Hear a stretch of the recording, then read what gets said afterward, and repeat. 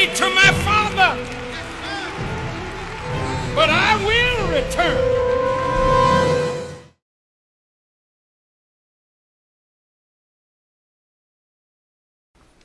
In the Old Testament, the prophetic Moses is sent by God to redeem and deliver the enslaved children of Israel.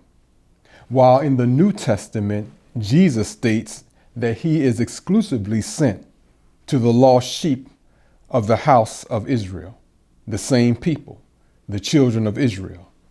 So the writers of the New Testament wanted to make it appear as though the Jesus who lived 2,000 years ago was the Messiah, the deliverer of Abraham's seed that went into bondage for 400 years, in fulfillment of the prophecies described in the Old Testament.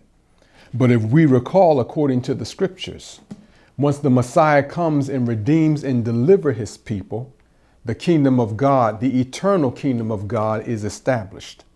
So that could not have happened 2,000 years ago.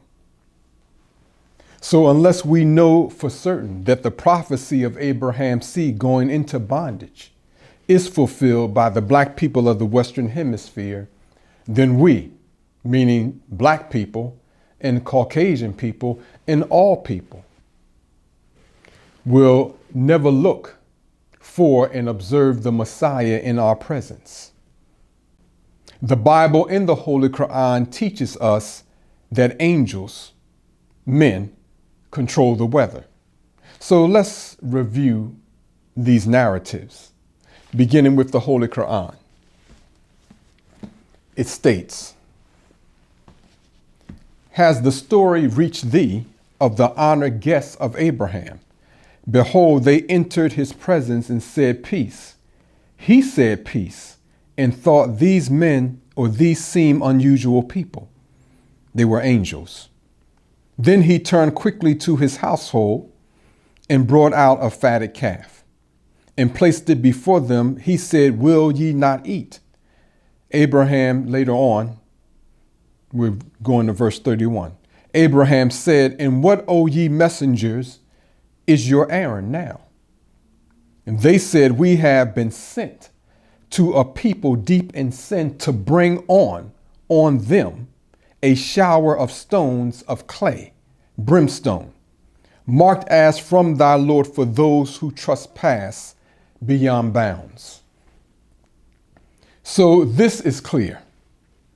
Angels are human beings because they ate food. And they are the ones who execute the judgment using the forces of nature, or God's wrath and chastisement, rather. Now, do Muslims really believe this?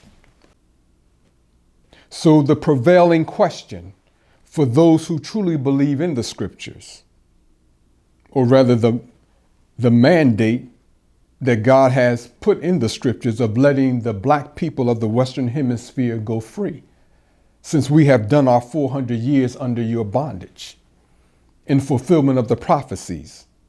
The prevailing question is, which of the two presidential candidates is in the best position to consider Allah's requirement? Well, since many U.S. citizens, black in particular, were born in the 1990s, we want to provide a synopsis of what this atrocious 1994 crime law was all about. Because you come up and all you know is that your father was in prison, and your buddy's father was in prison, and your neighbor's father was in prison, and you go across the street. You know, in your community, you may have 1 or 2 families out of 10 that have fathers in the home. The rest are incarcerated along with their brothers. So your uncles are in prison too. You don't know why. You blame it on them. So you're quick to rush to vote for your worst enemy because nobody has taken you down memory lane to inform you of what your life has become because your father was thrown in jail. Well, it states regarding this 1994 crime law.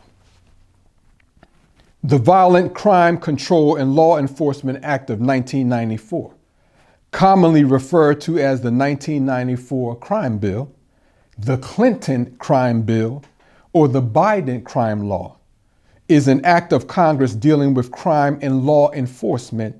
It became law in 1994.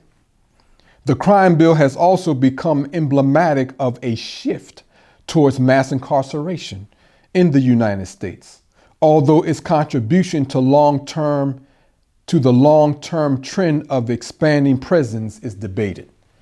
Well, who are the debaters?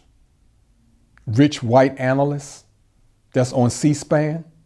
No, it's no debate in the black community, where our fathers and uncles have been shipped to rural areas where these private prisons are.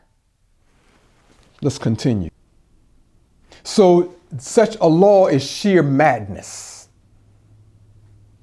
To impose mandatory vaccines on children under the auspices that you're going to allow 11-year-olds to consent for themselves.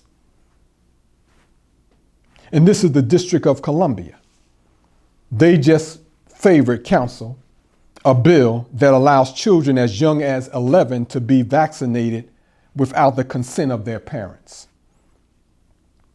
This wicked bill, titled B-23-0711, would not only permit children aged 11 years and older to give consent for doctors and other vaccine administrators to give them vaccines without their parents' knowledge or consent, but would also require insurance companies, vaccine administrators, and schools to conceal from parents that their child had been vaccinated.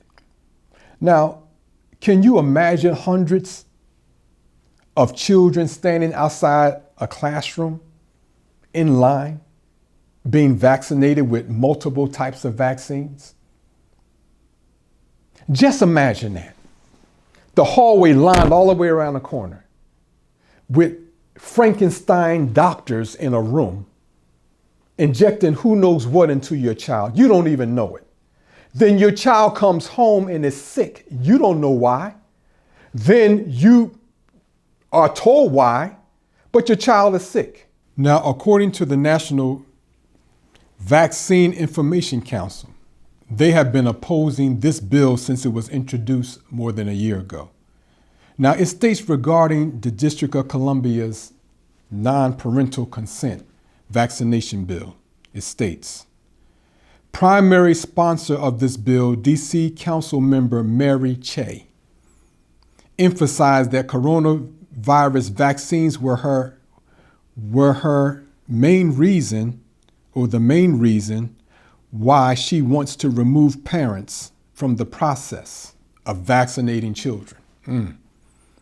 Advocating for passage of her bill, she stated, and given our ongoing pandemic and the incredible work being done to develop COVID-19 vaccine, a COVID-19 vaccine, it's more important than ever, I think that we reduce any and all barriers to these treatments. And this legislation aims to do just that by increasing access to vaccines for minors who choose to get vaccinated but have not been able to do so. So are parents considered a barrier to what a few people have deemed incredible treatments? So this is tyranny and mischief being framed as law.